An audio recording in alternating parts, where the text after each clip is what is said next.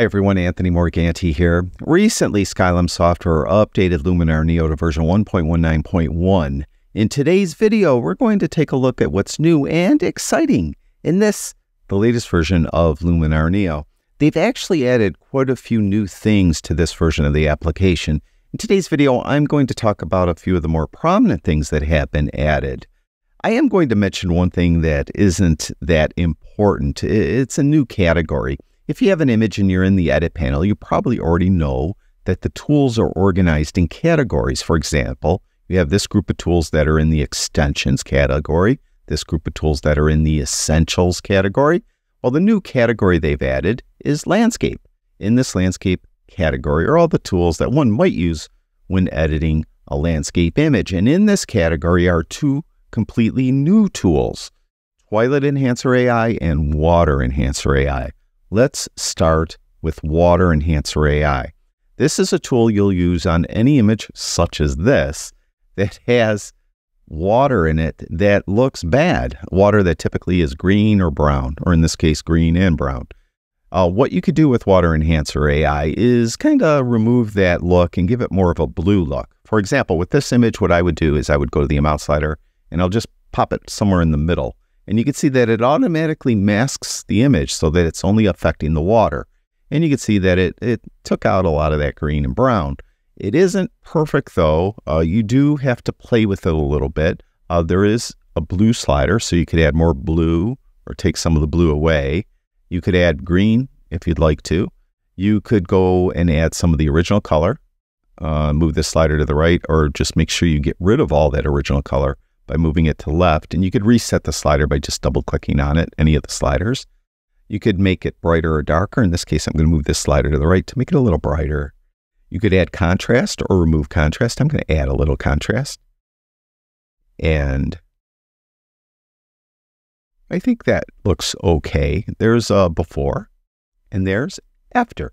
Now, I mentioned that it automatically masks the water. It usually does a pretty good job, although it's not perfect. When you use this tool, if you'd like to see what it masked, just take the cursor and put it over the image and you'll get a red overlay of where it masked. You'll also get a plus or an add brush or a paint brush. So what I could do is I could add to this mask. You'll notice that it missed a little bit of an area right here in the front. So because I have the plus brush, I could just come in and add to it.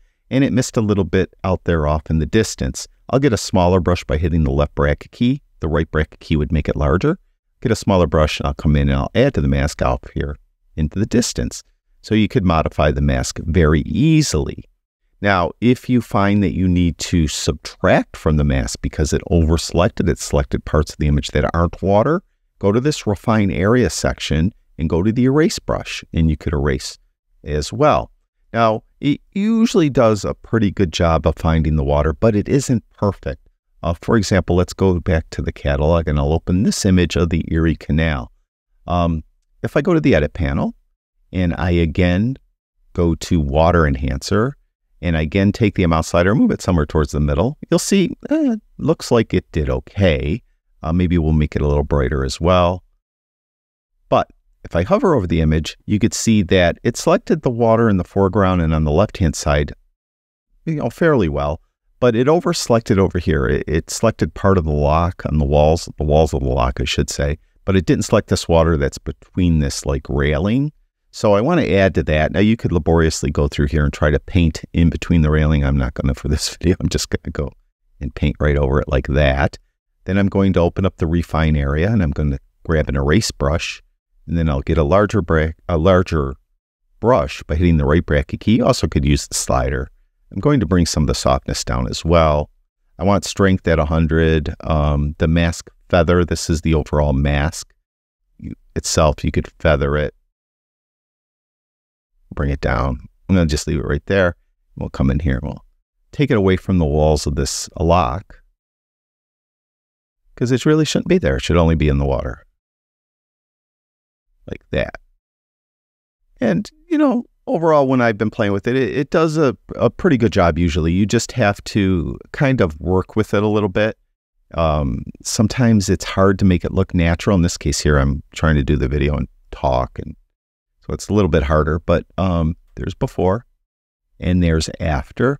There are images, though, that are very easy to do than other images that are a lot more difficult. This image of the Erie Canal I found very difficult to remove that brown water.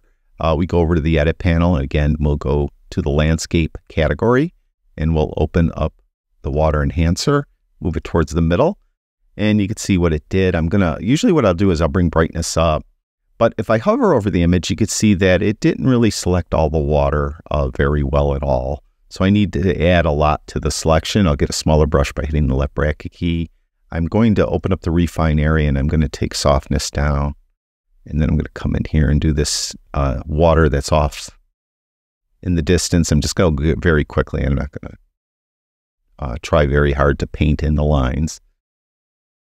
But we want to add this water to it. There's like a little retaining pool or something over here. Didn't seem to get all that water. And it didn't get all the water in this more foreground area. We'll do this very quickly. And again, I look like it overselected. It got some of the walls of the lock over here, so I need to erase. And we'll come in here and get it from there. But I did have a harder time making this one look more natural. What I found, just bring some of the original color back in, bring some of that blue out. So I could make it better, but it still didn't look right. I think part of the problem was because it was kind of a partly cloudy day, although it looks like there's a lot of clouds. The sun was shining like in here, but over here, this was a little bit more in the shade, more filtered light. So we had kind of two different temperatures of light hitting the water. So it's a little more difficult to make it look proper from front to back. That's my theory, at least, why this one's a little more difficult. So it isn't fail-proof, but it does work pretty well on images where you have either, just disgustingly green or brown water, in some cases green and brown water.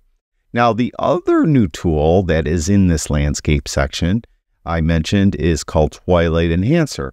You would use this tool on an image such as this, where you have a sunrise or a sunset. This happens to be a sunset, and you want to kind of enhance that blue look or the golden look. What you could do is open up the tool, and even though the preset here says Mauve by default, it didn't apply anything yet. So nothing's been done. What I recommend you do, you could come in and just start moving sliders, but I like to start with a preset. So you could try the golden, let's say, see what it looks like. Then you could try the blush. Then you could try the emerald. Then you could try the mauve. And then you could try the blue. Now, I'll tell you the truth, I don't think this is a tool I would often use. I just don't like doing this to my images. I kind of like them to look like when I was there taking the photo. But for this specific image, the blue looks okay to me. So what I would do is then you could come in and you could edit it off that preset. Now, once you start moving a slider, it takes, in this case, the blue away, the blue preset up here away, and it just shows custom. So you could come in, you could move the amount, exposure that are directly under the preset dropdown. Then you could go to these other sections. We have sky. You could make the sky a little warmer. In this case, I think I want to do that. Then we have dawn, and you could just see what it does. Just move a slider around. You can see how it's kind of enhancing the area where the sun is a little bit. You could bring it out so it affects more of the image, or just that area right where the sun is peeking through. That exposure a little bit. You have the scene itself. You could just, it's kind of relighting is what this is. If there's a human in it, you could relight the human. In this case, of course, there isn't. If there was a reflection you have to work with, there isn't here because the water has a chop in it, but you would do that here. And you could even blur the reflection if you want. And mask refinement, where the mask is hitting specifically in the sky. You can see how it's affecting down here at the bottom. Around that bird too, around the seagull right here, around its wings, you can see how it's affecting there. In the horizon, you can move it around. Fix the gaps. So typical adjustments that you would have when you're replacing the sky in Luminar Neo, you have those in this mask refinement section. And you can blur it if you want to. I think that looks fine. I mean, again, it's probably not something I'd use. I did find, though, that it sometimes fails. For example, if I go to the catalog and I take this image, was taken at sunrise, and I go to Edit, and I go to this landscape category and open up Twilight Enhancer, and I go and I pick the golden preset, you'll notice there's this kind of weird, kind of bright artifact that appeared. There's before and there's after, and you could see that there's nothing in the image at all that shows that has that, but somehow it added it, and it's there with every preset. Now, because it is in the sky, you could try to go to the mask refinement and try to fix it here. I haven't been able to do it, though. Oh, maybe didn't move the gaps. So you fix the gaps. That looks like it's pretty good right there. Actually, so that did work. So I take back what I said. It did work, and it worked pretty good. Again, blue to me looks better. The other presets to me didn't look as good. There's before and there's after. I kind of like my original image better, though. Still, it's not something I probably would do, but everyone is different. Everyone wants to achieve something different, either artistically or technically. And I guess I'm falling on more of the technical side sometimes when I edit my images as far as that. So that's still a pretty cool tool and something that a lot of people, I think, would utilize. Now, let's go to this image. There's a new object selection tool for masking. I already did an edit on this image. If I go to my edits panel, you can see in the develop raw, I did some edits to it. That's really all I've done to it. So if we go here, and let's just say I want to do something with the actual sculpture that's in the foreground here. I want it to make it stand out a little more. Now, because it is a raw file, develop raw is still here with my adjustments, and there's no masking capabilities with the develop raw. So what I could do, though, is I could go to this Relight AI that's in the creative section, and I could come here and I could start moving these sliders around. And now all I want to do, I want to relight the actual statue itself. Now it is affecting, of course, the foreground. I don't care about that. I'm just looking at the statue. So I want to make sure that I'm kind of relighting the statue as much as possible. Kind of make it a little brighter, maybe, in some ways. Oops. So just leave it at that. So, all right, so we kind of relit the statue. There's before and there's after, but you see it's affecting that grass in the foreground. This is where this new masking tool comes in. If you go to masking, you'll see it's called Mask AI. Click on Mask AI, and it will examine the image and will find various elements that are in the scene. In this case, it did find this statue. All you need to do then is to click on it with Mask AI. Oh, it does. It has these categories, and it has human. When I did this when I did this before I did the video, it didn't find the human category. I had to actually click on the sculpture for it to find it. So it threw me a curve because it did something it didn't do to begin with. But you can see now I have the sculpture masked. Then I could go back to adjustments, and you'll notice now that the adjustment is only affecting the sculpture. It's not affecting anything else, not affecting the grass in the foreground. So that is kind of odd in that it, when I did this in practice, it didn't find anything. So when I went to masking, it didn't have human sky floor. It didn't have anything here. And what I could do, though, is I could click on the sky and it found the sky. I could click on the sculpture, it found the sculpture. So it probably was just a bug, or there is a bug, where at times it won't show anything here, even though it found the various elements in the scene. So be aware of that. Kind of threw me a curve in this video. But again, I think it's a pretty cool tool, though. It's something that I think many people would want to utilize. There's another new thing. You could do a luminosity mask now. Now, you're probably familiar with ON1 Photo Raw 2024. Well, even previous version of ON1 Photo Raw, you could do luminosity masking. And of course, it was made more popular in Photoshop. For years, you could create luminosity masks in Photoshop. Well, now you could do that in Luminar Neo. We'll go back to this image of this kind of sunset with the seagulls flying in front of it. And let's just say, for the sake of argument, that I want to add details to the sky, but only the brightest parts of the sky. So what I would do is I'd open up details and I would move everything like to the right. You can see it's affecting the entire image. So I'm just going to leave it on super strong. It looks horrible, I understand that, but this way I'll be able to demonstrate this masking to you. So if I go to masking and I go to this new luminosity tool and click on it, it will examine the image and it will create a luminosity mask. And what a luminosity mask is, it's a mask where only the brightest parts of the image will get the adjustment. The darker parts of the image and the mid-tone parts of the image will not. And you can control it with this slider here. It's kind of an odd looking slider. And if I click on it and start to move it, you'll see the red overlay. You can see it's pretty much affecting the entire image. And then as I move it to the right, it's taking it away from the shadows. And the more I move it to the right, the more it takes away from the midtones. So it's only affecting the brightest part of the image. Now, if I go to the right side, that's going to, of course, affect the brighter parts of the image. So we have it so it's only affecting the brightest parts of the image. Then we could go back to adjustments, and now you'll notice that as I move these sliders, it's only affecting the very brightest parts of the image. It's not affecting anything else. Now, of course, let me reset this. What you could do is you could use it to affect like the shadows or the midtones as well. What you would do is you would go to the masking, let it analyze the image, and let's just say that I want my adjustment to only affect the shadows. Well, in that case, I would do the opposite. I would go to this slider that it created and I would move it this way. And then keep moving it that way so it's only affecting the darker parts of the image.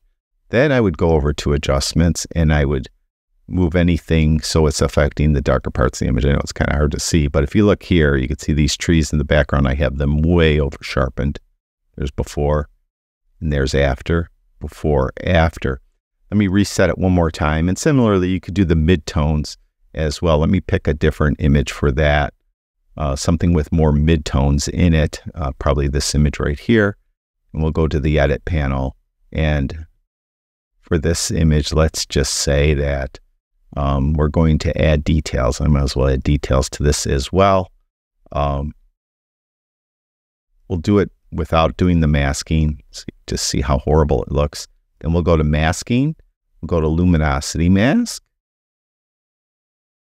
And once it examines the image and it finds all the various tones in the image, we're going to take away the mask from the darkest areas. And then we're going to take away the mask from the brightest areas. So we're only affecting midtones. And you can see the midtones are pretty much up in the sky, a little bit down in here, kind of a little bit in here. And then we'll go back to our adjustments. And you can see that as I move it, it's affecting the trees, the sky up in here. Just another arrow in your quiver of adjustments that you could use to adjust a specific part of the image that you want to adjust. Now, those are the more prominent new things that have been added to this version of Luminar Neo. In the description below this video, I'll list everything that's new in this version of Luminar Neo, and in future videos, I'll cover some of the other things. There are some HDR batch enhancements that deserve a video of its own, so I'll do that in a future video, and we'll talk about some of the other things as well. Also, I just want to remind you that on my website, anthonymorganti.com, I have a list of keyboard shortcuts for Luminar Neo. It's a PDF that you could download and print at home. Also, I have decided to do an entire training series on Luminar Neo, similar to my series on Lightroom Classic that you can find on my website. I'm going to do something for Luminar Neo as well. So it'll be like a lot of videos and a lot of PDFs that you could download that outline each of the videos. And of course, I'll give all the images I use in my editing in the videos so that you could work along at home as well. So anyway, that's that. This is what's new and exciting in the latest version of Luminar Neo, version 1.19.1. Thank you, everyone who watches my videos. I really do appreciate it. Talk to you guys soon.